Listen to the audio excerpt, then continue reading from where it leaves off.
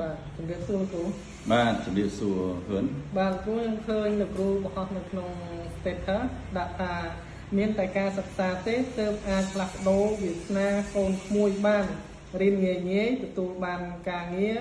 ស្របទៅនឹងច្បាប់ឆ្នាំ2019របស់ជប៉ុនដែលនឹងទទួលប្រាក់ខែចន្លោះ$1,500ទៅ$2,000បាទអញ្ចឹងតើច្បាប់ឆ្នាំ2019វាយ៉ាងម៉េចខ្លះលោកគ្រូសូមជួយបកស្រាយបាទអរគុណហ៊ុនបាទនៅក្នុងសារនេះខ្ញុំចង់បដោតទៅដល់ការទៅធ្វើការនៅប្រទេសជប៉ុនតែមួយគត់ទេយើងមិនបដោតទៅលើអ្វីផ្សេងទេបាទសម្រាប់ឱកាសការងារប្រទេសជប៉ុននេះគឺមានតែការសិក្សាតែមួយគត់ដែលជួយដល់ក្មួយទាំងអស់ទៅទទួលបាននៅឱកាសការងារមួយគឺថាឱកាសការងាររកប្រាក់តាមស្មារតីការងាររបស់ប្រទេសជប៉ុននៅឆ្នាំ2019ចេញនៅខែមេសាបាទសម្រាប់ច្បាប់នេះគឺគេឲ្យយើងទៅធ្វើការរកប្រាក់ដោយទៅរស់នៅប្រទេសគេមួយអាណត្តិមានរយៈពេល5ឆ្នាំហើយអាចតរហូតដល់2អាណត្តិមានរយៈពេល10ឆ្នាំអាចធានាគ្រួសារទៅនៅបានទៀតហើយបើយើងនិយាយអំពីថ្លៃពលកម្មវិញគឺយើងបានប្រាក់ខែគោលនៅចន្លោះ$1,500ទៅ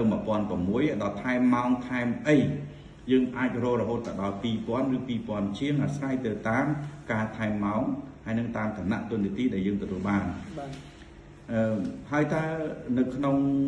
សម្រាប់ឱកាសនេះតើធ្វើម៉េចដើម្បីឲ្យបានទៀតជប៉ុនគេបានកំណត់ហើយថាដើម្បីបានឱកាសការងារនឹងលុះត្រាតែអ្នកដែលធ្វើការនឹងមានសញ្ញាបត្រ2ទី1បានសញ្ញាបត្រភាសាជប៉ុនកម្រិតមូលដ្ឋានគេហៅថា JLT Basic ឬក៏កម្រិត N4 JLPT កម្រិត N4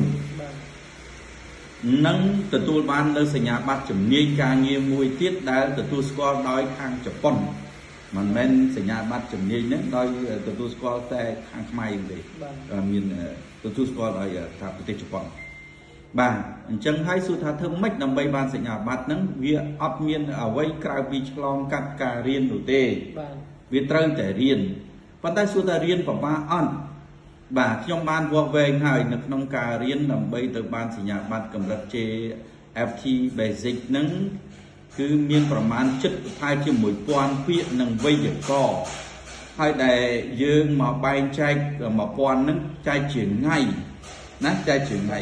យើងបើយើងចែកនឹង6ពាក្យក្នុងមួយថ្ងៃយើងរៀនឲ្យចាំ